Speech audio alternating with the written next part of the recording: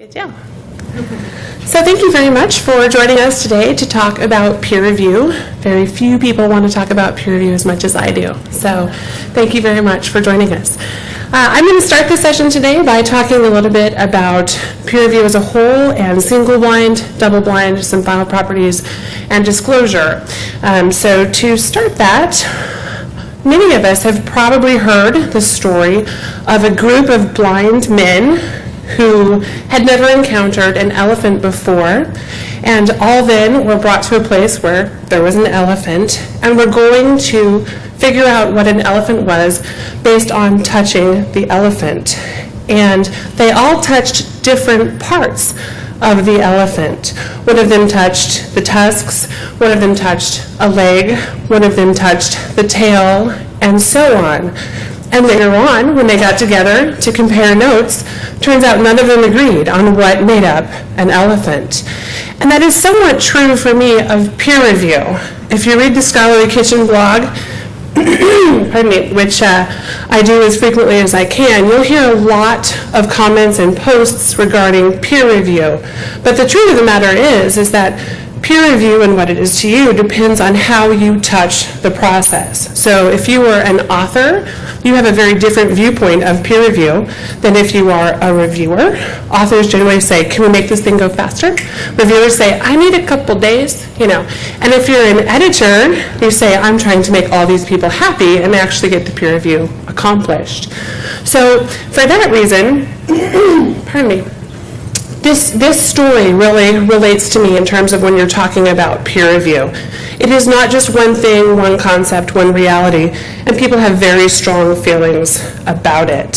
So, additionally, one of the great things about this story is that when I said a group of blind men, no one thought, I don't know what she means by blind men. How blind are they?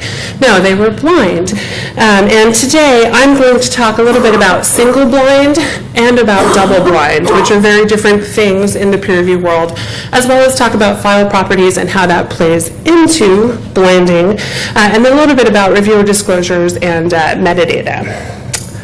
So to start off, when we talk about blinding in peer review, how blind should it be is an interesting question.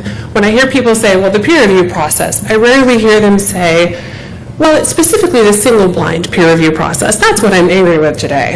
So in single blind, authors do not know the reviewers' identities. That's something that's pretty common in the internet world. There are a lot of people anonymously making comments, not all of them useful, as we well know. But in single blind peer review, reviewers do know the author's identities. And that can be important for a number of reasons. Journals might choose single blind because that's how they've always done it, or for other reasons more personal to them. But this can allow the reviewers to self-identify potential conflicts of interest. So if I receive a paper to review and I say, I know these people really well. We just went to dinner as a group last week, and not even in a work-related dinner. So perhaps I should disqualify myself. I might not give the most objective view. And if you know me, I would probably be overly positive. So, okay. So moving on, there's also double-blind peer review.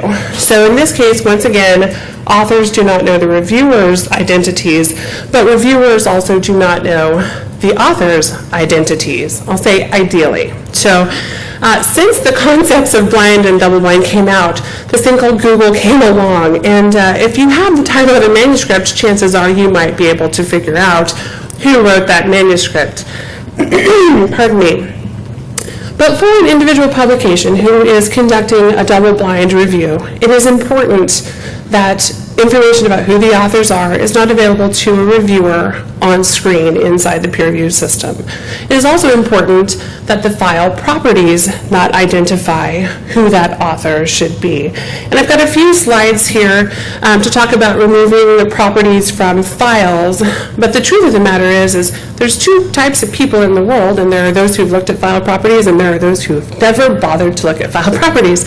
And those two types of people sometimes sometimes both work for journals. So certainly the file properties in author-uploaded files, so that might be the actual article file, figures, tables, data sets, supplemental material, all of those need to have author information removed, as well as reviewer attachments and editor decision letter attachments as well.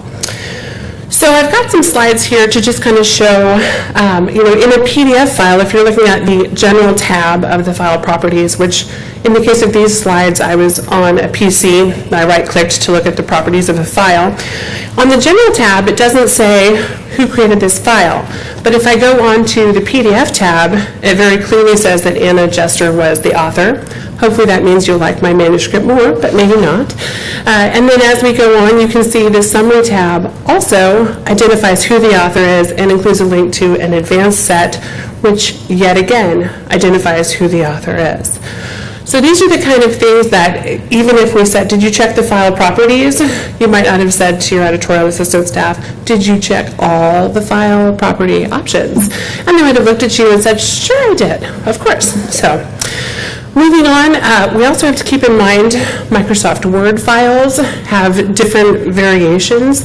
As peer review and journals have continued to spread out and the entire publishing process gains really an international feel, you're going to find that people sometimes have very old file types. Also, you can't expect that they're going to send you the most recent version of a Word file. They may not have access to it. And many of us forget because our employer purchased the version of Microsoft Word that we use. Microsoft Word happens not to be free. So, going on down, again, you can see the same types of situations where the summary tab, and also in newer versions of Microsoft Word, which has fewer tabs but not fewer pieces of information available, those all have information that need to be removed. So continuing on to try and have a review process that meets the needs that you want, whether it's single blind or double blind, you may also need to ask your reviewers whether or not they have any conflicts of interest. Most of us on the submission forums are asking our authors, do you have a conflict of interest related to this paper? Pardon me. And if they do, we're asking them to elaborate on that. But I work with some journals that also require that information from their reviewers. Yes, that probably does slightly slow down the review process, but it could be very important to your particular publication. So questions often include information about where are you employed. If you work for a drug company, I may want to know that if this article is about how great your drug is. If you work for a consultancy, or where was your research funded from? Was it funded from a nonprofit? Was it funded by an oil company? Do you have stock ownership that might sway your views, or honoraria or expert testimony that may have been included? And this next screenshot just shows an example. I apologize, I know it's very small. We'll make the slides available later. But in general, we're asking information about your employment or leadership position so that you can enter in the entity, the title, the relationship, compensation, and so on. And you may have multiple sets of questions and may need to add multiple sets under each subheading as well to truly disclose why you do not have a conflict of interest, or if you do. So these are all kinds of things that we're collecting in submission systems just to make sure that when we say it's been peer reviewed, we actually mean fairly, ideally. So, additionally, I want to talk just a little bit about the fact that not everyone provides feedback equally. So every journal I've ever worked with provides some reviewer comments to the authors, especially if they are requesting a revised version. In some cases, the journal also requires that the authors respond to those reviewer comments as part of that revised version, says, I did or I did not do this, and here's why. Additionally, as it may seem unlikely to authors, but many times the comments from reviewers are edited before they go out to the authors, certainly depending on what the reviewer said and how strongly. Pardon. Additionally, some reviewers actually provide reviewer comments to other reviewers. And there's a number of ways to do that. I have a sample of a slide with an email showing reviewers, reviewer number 1 said this, reviewer number 2 said this. But we do have some journals who actually show this online more in real time as they come in. This can be beneficial for a number of reasons, but in general, when someone first begins reviewing papers, they may not realize the level of detail the journal would prefer from them. Most people who ask, will you review this paper, are not asking you to say thumbs up or thumbs down. No, they want long comments about all of the sections, want to know if you agree with the methods. Does this make sense to you? Is the science truly valid?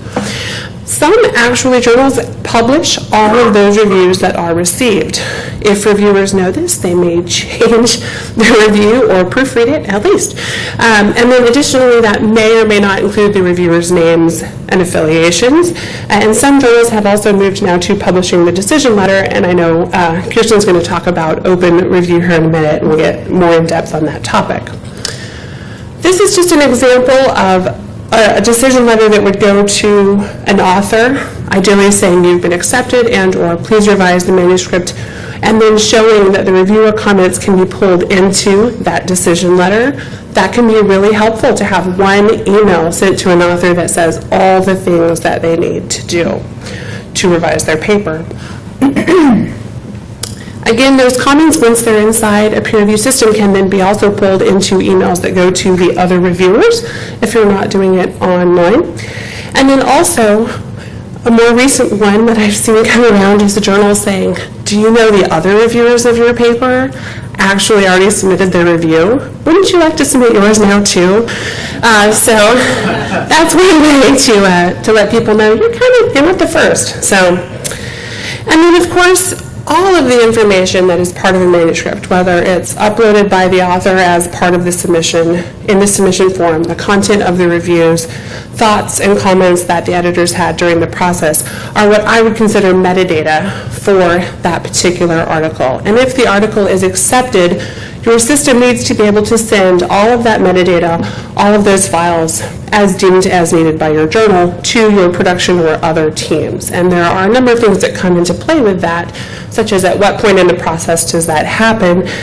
But also, if your online publishing platform can publish reviewer comments, how do those need to be exported out of your peer review system and then sent to the vendor who's going to publish those online? So does it need to be in an XML format that they can accept and ideally put online immediately for you? So, all right, so hopefully I have given you some things to think about. These are only parts of peer review that I have talked about touching, but ideally that has kicked off the discussion, and we can move on to talking about also open peer review and pre-submission. So thank you very much.